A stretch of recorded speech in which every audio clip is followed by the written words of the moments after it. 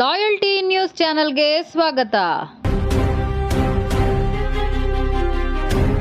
ಒಂದು ಬೇಡಿಕೆ, ಅವರ ಒಂದು ಹೋರಾಟಗಳಿಂದ ಶಿಡ್ಲಘಟ್ಟ ಕ್ಷೇತ್ರದಲ್ಲಿ ಅಂಬೇಡ್ಕರ್ ಭವನ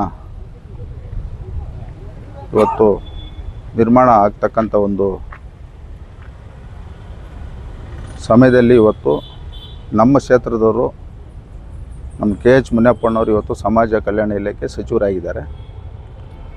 ಏನು ನಾವು ಹಿಂದಿನ ವಾರ ಚಿಂತಾಮಣಿ ಕ್ಷೇತ್ರದಲ್ಲಿ ಅಂಬೇಡ್ಕರ್ ಭವನ ಸುಮಾರು ವರ್ಷಗಳಿಂದ ಮೊನ್ನೆ ಅದೊಂದು ಶಂಕುಸ್ಥಾಪನೆಯನ್ನು ಮಾಡಿದ್ದಾರೆ. ಇದಕ್ಕೆ ಸಂಬಂಧಪಟ್ಟಂತೆ ಉದ್ಘಾಟನೆಯನ್ನು ಮಾಡಿದ್ದಾರೆ.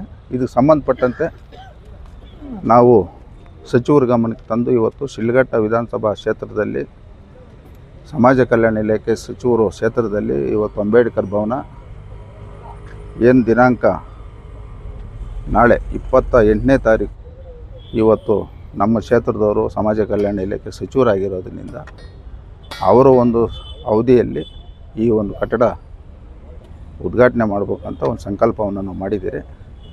ಇವತ್ತು ಎಲ್ಲರ ಒಂದು ಸಹಕಾರ, ಕ್ಷೇತ್ರದ ಎಲ್ಲ ಇಲಾಖೆ ಅಧಿಕಾರಿಗಳು, ಎಲ್ಲ ನಮ್ಮ ಮುಖಂಡರುಗಳು, ತಾವು ಮಾಧ್ಯಮದ ಸ್ನೇಹಿತರು ಎಲ್ಲರೂ ಸಹಕಾರದಿಂದ ಆದಷ್ಟು ಬೇಗ ಅಂಬೇಡ್ಕರ್ ಭವನವನ್ನು ಉದ್ಘಾಟನೆ ಮಾಡಿಸ್ತಕ್ಕಂಥ ಕೆಲಸ ನಾವು ಪ್ರಾಮಾಣಿಕತೆಯಿಂದ ಮಾಡ್ತೀವಿ.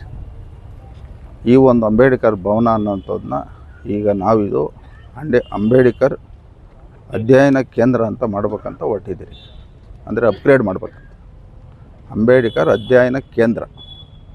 ಬಾಬಾ ಸಾಹೇಬ್ ಅಂಬೇಡ್ಕರ್ ಅವರು ಇವತ್ತು ಈ ದೇಶದಲ್ಲಿ 140 ಕೋಟಿ ಜನಕ್ಕೆ ಮತ ಹಾಕ್ತಕ್ಕಂಥ ಕೊಡಿಸಿರ್ತಕ್ಕಂಥವ್ರು. ಇವತ್ತು ಎಲ್ಲ ಸರ್ಕಾರಿ ಅಧಿಕಾರಿಗಳು, ಎಲ್ಲ ಜನಪ್ರತಿನಿಧಿಗಳು ಅವರು ಬರ್ತಿರ್ತಕ್ಕಂಥ ಸಂವಿಧಾನ ಅಡಿಯಲ್ಲಿ ಇವತ್ತು ಅವರವರು ಕಾರ್ಯಗಳನ್ನು ಮಾಡ್ತಾಯಿದ್ದಾರೆ.